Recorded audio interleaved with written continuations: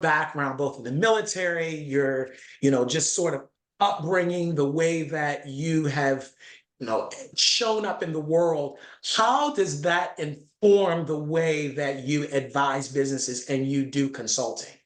Oh, that's a huge question. Huge, huge question. And there's a lot of aspects to it. But I grew up in a both my parents were immigrants.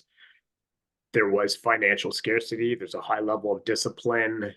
So much so, the army was a joke for me in terms of the meanest, strictest sergeant major versus my dad. My dad was more fearful, and my dad, the reason they were secure was because of his hard work to get educated. So there's a lot of pressure for academics, and I joke about it. In every Indian family, there's a pressure to be a doctor, lawyer, engineer, and that gave me the that discipline to work hard and to pursue academics. And through academics, I realized, and through the books I read, I wanted a broader understanding of how the world works. So engineering didn't cut it for me.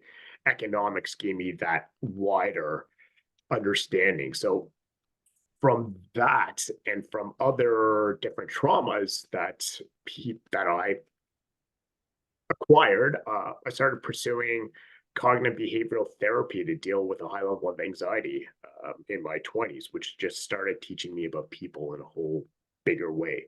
At that time, I was able to apply it to my troops in the army.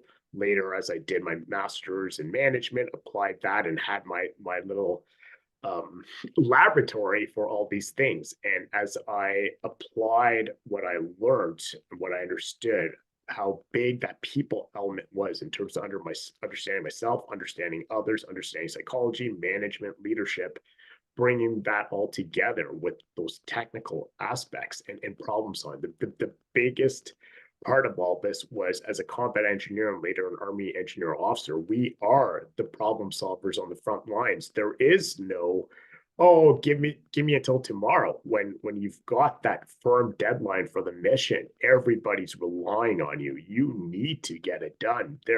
You need to solve it. And you do that by borrowing, stealing, a lot of gun tape, a lot of um, all these different things that you get together to create a solution. So again, it was, we need this, we don't have it. You have to develop the relationships. You need to have that conversation with somebody that has something that they need, that you need more, and be able to influence them in a positive way to be able to meet the greater goal. So, and there's so much more: the writing, briefing cabinet ministers, how to communicate properly, concisely, and the power of language, and all these different things, which I could go on for hours and hours of what those different impacts and influences were, the different roles I've done. And I've been blessed to have such a fascinating career where I've learned all these things in depth to a point of mastery.